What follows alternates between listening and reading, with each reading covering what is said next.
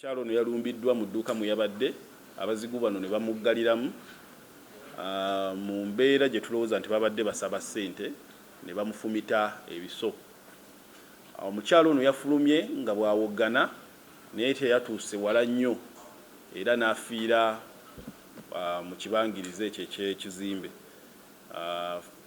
Mu nduulu gye yakubye yasikiriza abantu ab'enjawulo omuli baasikale abadde bakuuma ebizimbe ebiriraanyeewo n'abantu abalala abazze okulaba nga bwe guli. Akambo akagambibwa nti nno kakweseddwa mu bulumbaganyi buno tukalina era konna kabadde kabujje musaayi ng'essaawa zino kali mu basirikale baffe abakugu bajja kwongera okwekenneenya kuba nti bafunako ebyenjawulo ebiyinza obbayamba mu kunoonyereza kwe baliko.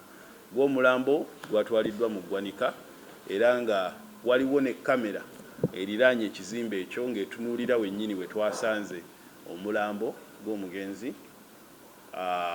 gye tuyirowooza nti erina ebifaananyi ebigenda obbeera ebyenkizo mu kunoonyereza kwe tuli mu kukola. Download the app on App Store or Google Play Store now.